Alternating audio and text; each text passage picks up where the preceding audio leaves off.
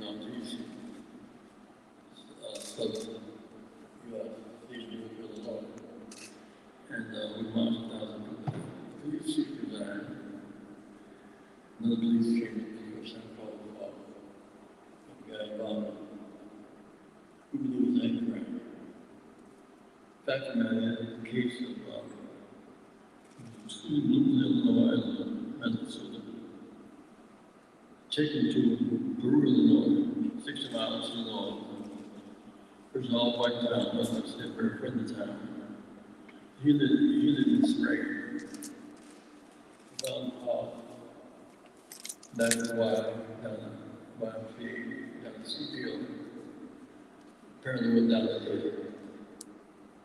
And found sold 3.5 miles from the mountains.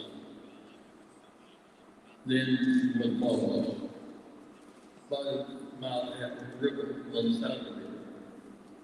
And we still not got answers. Some leads of sorts, third investigation did with Crump. We got grandpa with us there. Teacher missed him on a date in class, all missing persons. That's right. 2 young ladies who had done it the night before. We meet long enough and not talking to this day. She's been chanting for a child. I think it was sending up a child. Another woman sending a picture across the country. Another man given this situation, turned Crump, turned the great bond of ours and track record of service. And his service is ruined by days and by nights. He has affected kids on Christmas, Thanksgiving, coming to Chicago today, giving us an update on what he will do. Just put in his efforts to mobilize the mass public.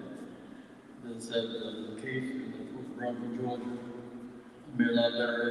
The next big case in my opinion is the case of Jelani Day in Illinois.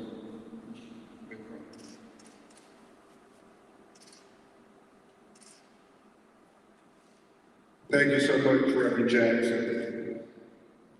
It is it's very emotional being here today because the last time I was here was almost 10 years ago in this particular auditorium with Trayvon Martin's mother, Sabrina Fulton. And just like there were so many unanswered questions about the death of unarmed Trayvon Martin, there's so many questions about the unjust death of Jelani Day. And I'm honored that Reverend Jackson has led his leadership of Rainbow Push on this matter from day one to say that we won't accept whatever you tell us. I am very honored to be here with Attorney Bianca Lamar, Attorney Nabi Hashir, Attorney Chris O'Neill, representing the family of Jelani Day, because they do not accept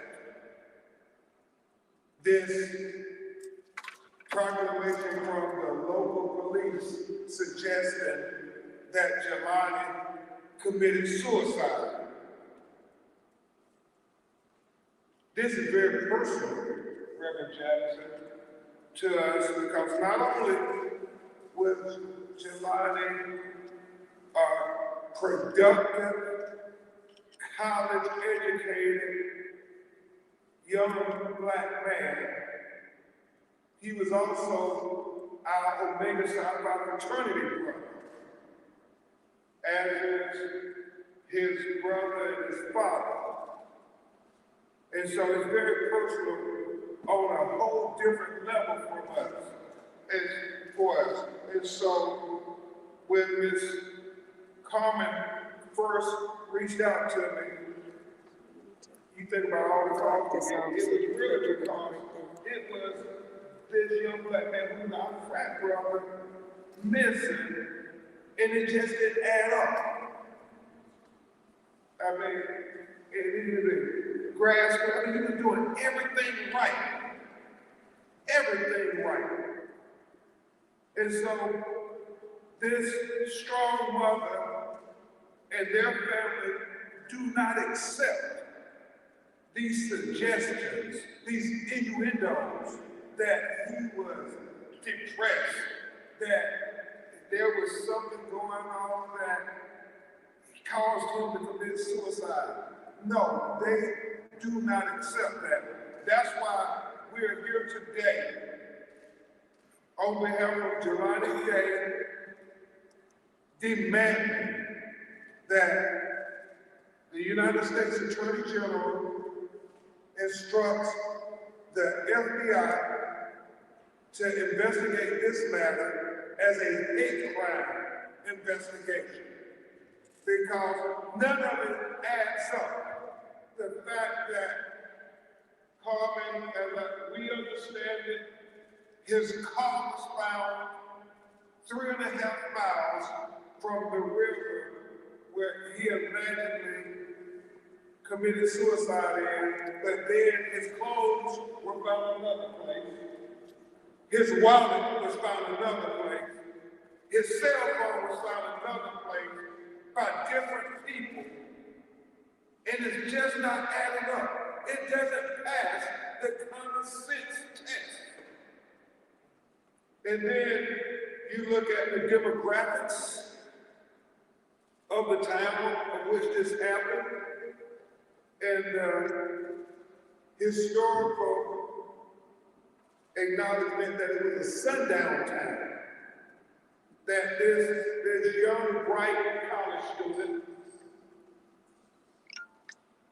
drove his car, his very noticeable car, Attorney Lamar, through this sundown town, parked, got out, took off his clothes, threw his wallet somewhere, threw his cell phone somewhere else, and was naked in the river. Now, if that was your child, would you accept what the local police are trying to tell this mother? Because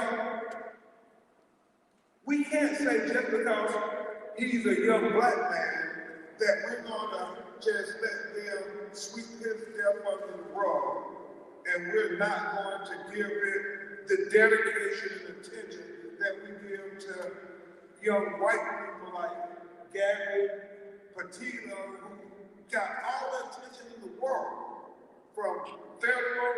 I live in Florida. I know every state agency was involved. I mean, they were committed to getting the answers for that family. Well, why aren't they dogmatic about getting the answers for this black family?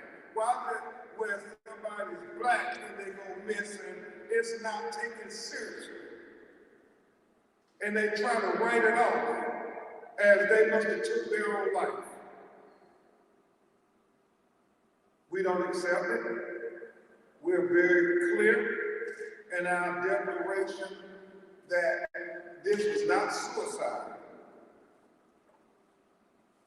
And we are very clear that as we approach 100 days without any answers, we are demanding that the FBI investigate this matter as a hate crime. 100 days, no answers. The family is losing confidence in the local authorities. They want answers.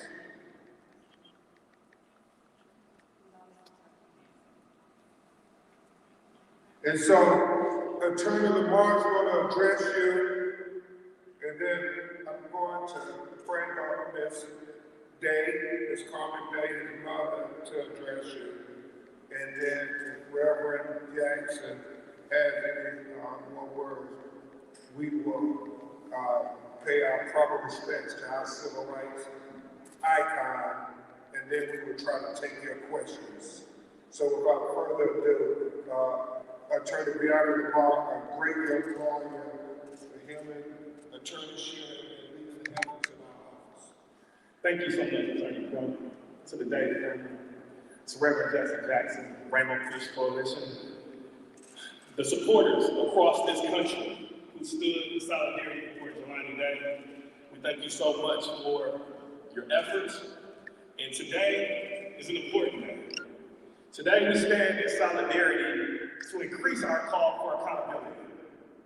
Today marks almost 100 days since Jelani's body was found, and yet we stand before you still wanting answers. Our mission today is simple.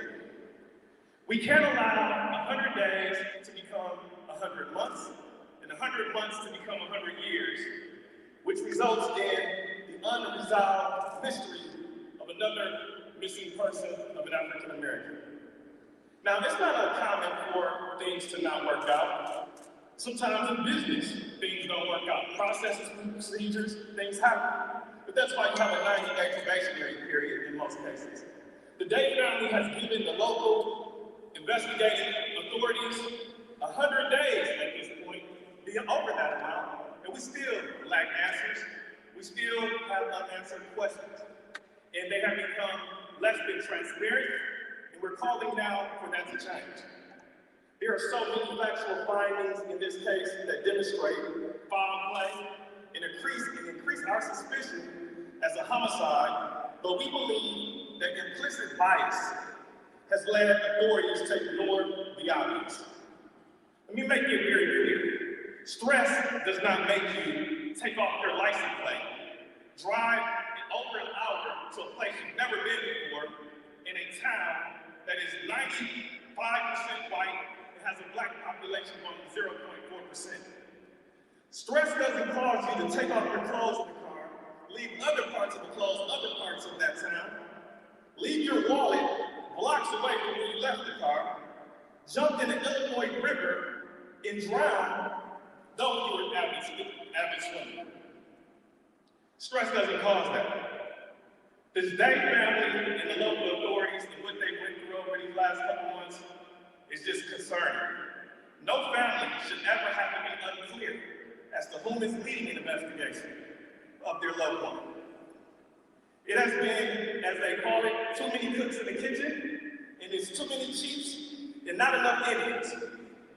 We understand that there's limitations on the FBI in investigating these cases, but when you reach 100 days, it's quite obvious that there are more resources that are necessary. As Attorney Crump has just mentioned, Gabby Petito made national headlines immediately when she was missing. It took weeks for the missing of Jelani Day to get covered as Gabby Petito's case hides.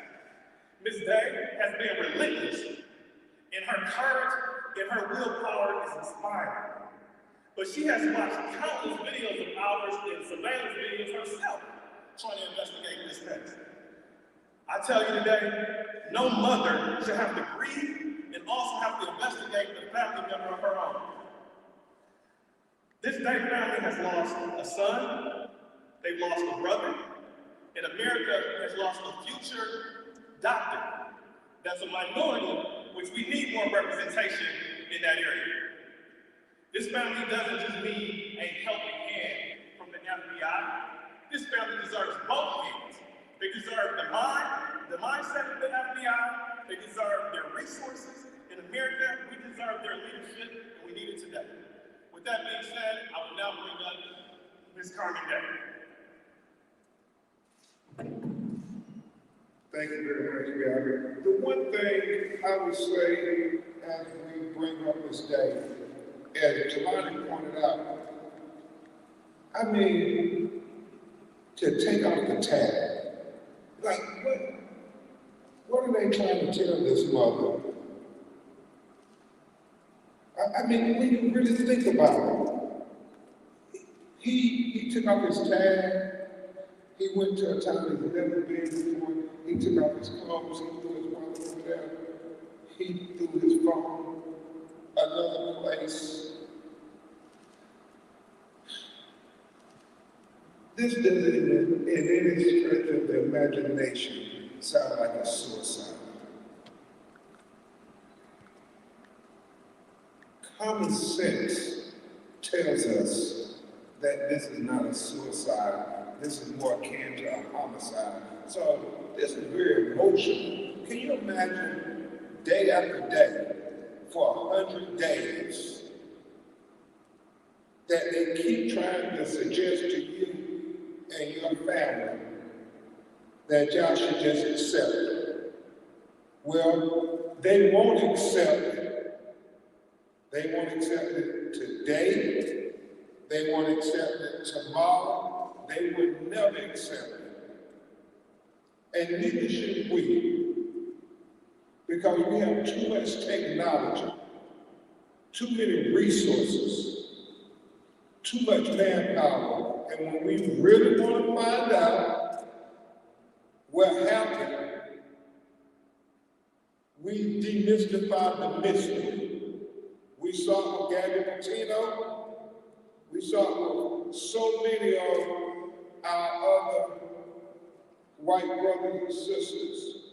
We just don't see it for black people and black mothers. So now, Jelani Day has become the poster child for black and missing in America, because he was the best we had to offer America. I mean, he really, and I'm not just saying that because he's an Omega. When you look at this young man's background, he was the best that we had to offer society. So you cannot expect her to go quietly into the night as they seem to want her to do, Reverend Jackson. She's going to continue to fight for the truth and to define the legacy of Jelani Day. We give you his voice now because he can't speak for himself. His mother, Miss Carmen Bolden.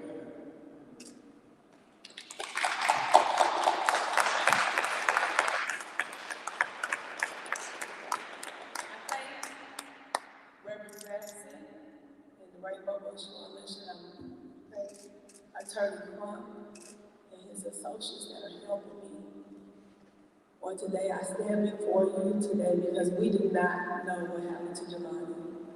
As they've already stated, it's been over 100 days, and so that's been too long for me. As I've told the world, I know I'm not the first mother that has lost a child. But when you lose your child and you don't know why, you don't know what happened, you don't know what reason, I don't know how you cannot stop insisting that the people who have made pledges to protect and serve find the answers for you. I know that they're not magicians, but my son went missing. The last day he was seen was August 24th of 2021. I filed a missing person report on August 25th. His body, the body that was found on September 4th. It wasn't until September 23rd that I identified this body as my son. On that day, they wanted me to accept that they now could identify him by deals when they told me that they couldn't. They wanted me to accept that they had DNA answers when they told me it would take up to a month for them to get that answer, and it wasn't even a month. So now, I'm asking them, I'm imploring them, I'm begging them. I need to know what happened to my son. I had to do my own investigation work. I had to watch on TV this young white girl who went missing, who parents had talked to her for over 2 weeks. And so they began to be worried about their daughter. And I empathized with them because I knew what it felt like to be missing your child. But I had talked to my son for 1 day. 1 day, and I reported him missing. And it was crickets. I wasn't getting any help.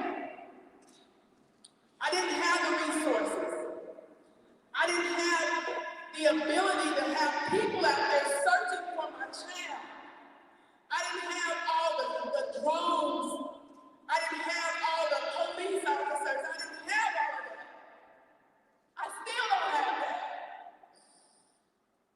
It was me and my children who took on the task of going to stores, of going to gas stations and watching surveillance tapes and calling the detectives and asking them, have you checked this area? Can you come and get this videotape because we see Jelani's car here? Why did I have to do that? It was me who had to keep calling Peru to ask them what were they doing. It was me who had to organize the search that found that body. It was me that done that. I have not been given any kind of grace with just having the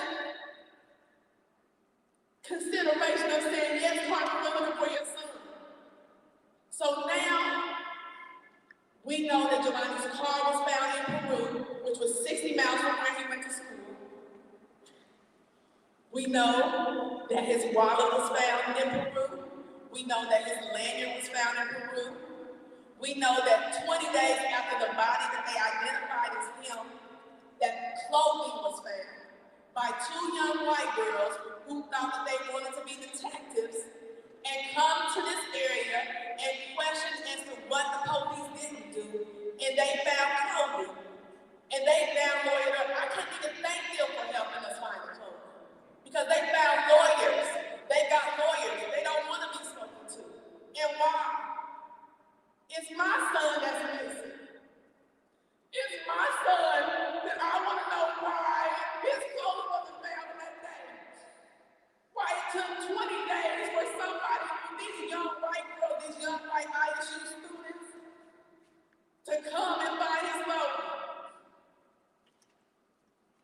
I want to know why his car was moved, and I had to find out about that on social media. I want to know why, when his phone was found, they had already knew about it, and they still don't know any answers.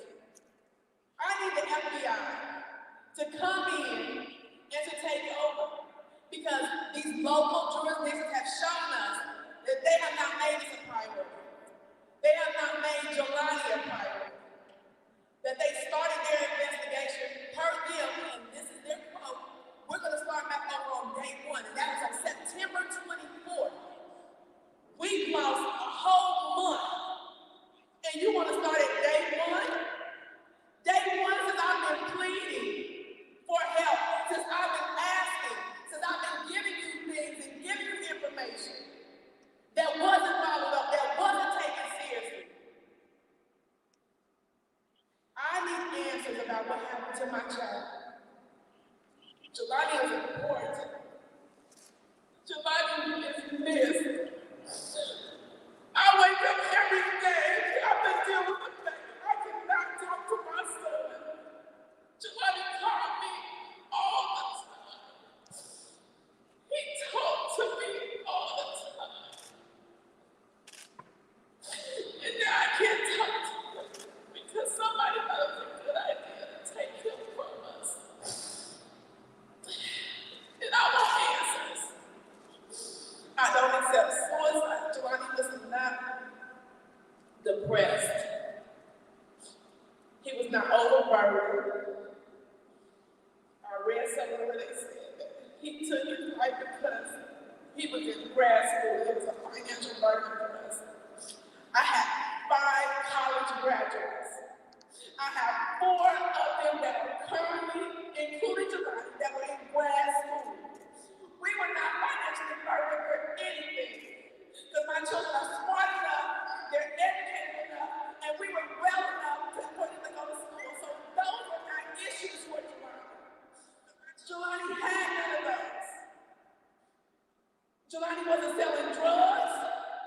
Jelani wasn't into anything. As they told you, Jelani was the best of the best. Jelani wouldn't have hurt nobody. So whoever did this to him on that day, you will answer for this. I just want the world to know my son is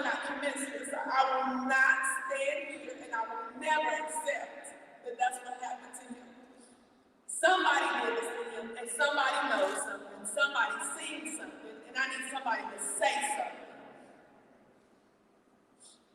And as she said,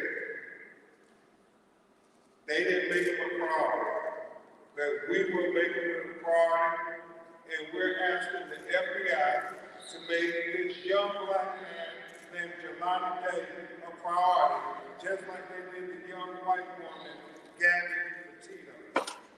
Because his life mattered, just like hers. Look at the small town, we love justice. We love justice. The spirit of January 6th is all us now. The extraction of violence by punishment is much greater. It's done for the whole world knows.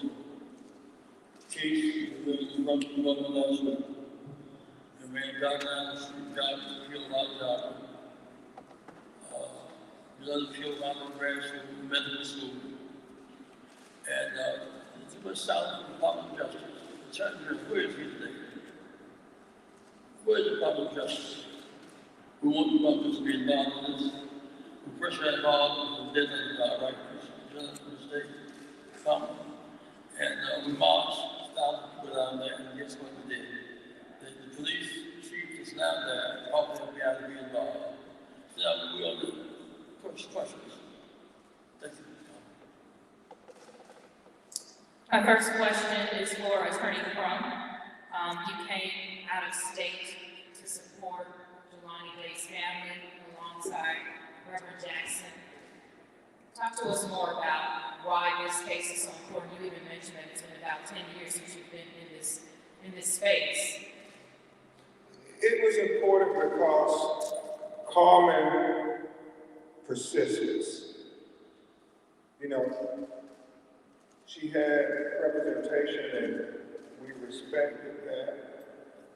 But he was our frat brother. His brothers, his father, our frat brother. He is a young black man whose life mattered. And for them to offend this mother, this father, this family, and try to say it's probably suicide, is just so disrespectful for his memory and his legacy. And I understand from Reverend Jackson and so many other civil rights leaders to whom much is given, much is expected. And so we know that there may not be anybody to shoot right now. That's not why we're here. We're here to get answers. To file whatever legal documents we can file to subpoena information so we can have it revealed to this family and we can discuss it. We want to know what was on his cell phone. We want to know what was his last call, what was the last ping, what was the last time he was seen. And we want to be able to rely on that information. So that's why we're here, to make Jelani a priority, since it seems to be, as his mother so passionately articulated, he was not a priority. Can you imagine the nightmare that every morning, and I heard Trayvon Martin's mother say this, every morning she wakes up and she said, oh, it was just a nightmare. Trayvon is going to come through the door. And then she realizes it's not a nightmare, but it's real. I think Carmen and so many black mothers and so many mothers have that same recurring nightmare. But it seems to be that for whatever reason we've been decided in 2021, more attention is paid to others when they come from different area codes, different ethnicities, different races than black people. Jelani is going to be the face for black and missing America. That's why I'm here, to help make Jelani this strong, young, promising black man, graduate student, member of Omega Psi Phi, the face of black and Mexican America. And I'm sorry, I'm long-winded, you get emotional. Let me say also that she's one of the Department of Justice involved. This is a pattern. From Sherman Moss, Diallo, Abdullah, to right across the board. Auberry, and there's a case the other day.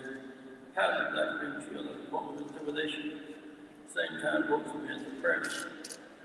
Because it's been isolated, even in Georgia, all the hoopla about that case, and the good thing turned out the way it did. It's really lightning in darkness, light burns out quicker than it's still dark. So here we are today. This is a mystery, but the mystery can be resolved. That is a commitment. Next. Can I quickly say this? And in civil court representatives, as the African, the Beehive, and Chris all know, the standard is different than beyond a reasonable doubt. It's a reasonable man standard. What's more likely to have happened here? And when you add up all these facts, you say, is it more likely to commit suicide, or is it more likely this was a homicide? There is nobody who can listen to these facts and say it's more likely to commit suicide. So if we know, when you add up the facts, it doesn't add up to suicide, then it adds up to homicide, and there is a killer out there on the loose of this young black man, and we need to find him. You mentioned the area where Jelani's body was found, a sundown town. For those people who may have not heard that phrase, what is a sundown town, and where did you come to that conclusion? Let me grab time by sundown. 6 miles from Bloomington. That's what that even regional proximity. Thank you, friends. Two more questions, and then I just want all those people in line, and then we'll go real good, okay? Thank you so much. Yeah, this question is for Attorney Crump. Given the facts of the case, where do you think the FBI can begin their investigation? Do you think they can make those two young ladies who found the clothing speak about what they know and why they chose that area of research? I have co-counsel Attorney Martin go first, and then address it because Yeah, well, I think the first step is that the FBI take leadership. We understand that over the last couple of months, it's been reported to the Day family that the FBI has just assisted the local authorities, which there has not been a clear identifier as who's leading this investigation. So at this point, obviously, there's been so many answers that we have not gotten. It's been evasiveness by the local authorities, and so we're looking now to trust the FBI, who has the experience of investigating these type of cases across the country. That's where our confidence lies, and that's what the Day family is expecting. And I think what Attorney Martin said is right on point. The FBI has authority not only with stuff in Illinois, they have authority over cell phone companies that are not located in Illinois, where they should be able to ascertain data from cell phones that local authorities can't ascertain. Let's face it, we're in the technological age in the world. It helped us get answers in justice in George Floyd, it helped us get answers in justice in the Mount Auburn, and we believe if they use their resources and their authority, technology can help us get answers in the tragic killing of Jelani Day. Much of what you said today has been pushing back on the idea of suicide. Has an agency or official explicitly said to you, and if you tell me who, that they believe or that you should accept that your son died by suicide? What the coroner has said to me was that there's no trauma found in his body and that there's no indication that he was put in the river Everything that they talked to me about, they said that Jelani did it. They said Jelani parked his car, Jelani walked and dropped his wallet, Jelani walked and dropped his lanyard, Jelani took off his clothes. So that says to me, without saying to me, that Jelani did this to himself. And Jelani did not do this to himself. Jelani wouldn't have parked his car, took off his license plate. He wouldn't even went to Peru. He doesn't know anybody in Peru. He had no business to be in Peru. There was where Jelani's car was found. None of you would have went there. You have never been there. Somebody who is familiar with that area put my son's car there. Jelani didn't do that. Jelani didn't take off his clothes. Jelani wouldn't hurt himself. Jelani trusts and believes in God. I have a God-fearing son. I had a son who had his head on his shoulders, who was focused and determined to become a doctor. There was nothing in his life that would make him want to hurt himself. Nothing. And have the police, are they also sort of taking that same narrative when they're talking to you that he did all this himself? That is what they're taking. Until we got the march, I think it was the march of the future. What happened when they marched, the police called the FBI for the first time. Second thing happened, in addition to police being called the FBI for the first time, they released on the day we were there, the report said it was drowned. It was another attempt to divert attention. You do remember in the case of being of an Auburn, that the first report was he was called in the house, sealed it, and they killed him. It is not the case. And the first report here is he was drowned. His body was faked, his teeth were knocked in. Thank you, friends. The mother wants to say one last thing for America, since we hope America's paying attention. Me and Jelani's father served this country. And all we're asking is that this country, who has the ability to help us, serve us now. That's all we want. Thank you all. We'll keep you updated. Thank you, Reverend Jesse Jackson and Rainbow Push.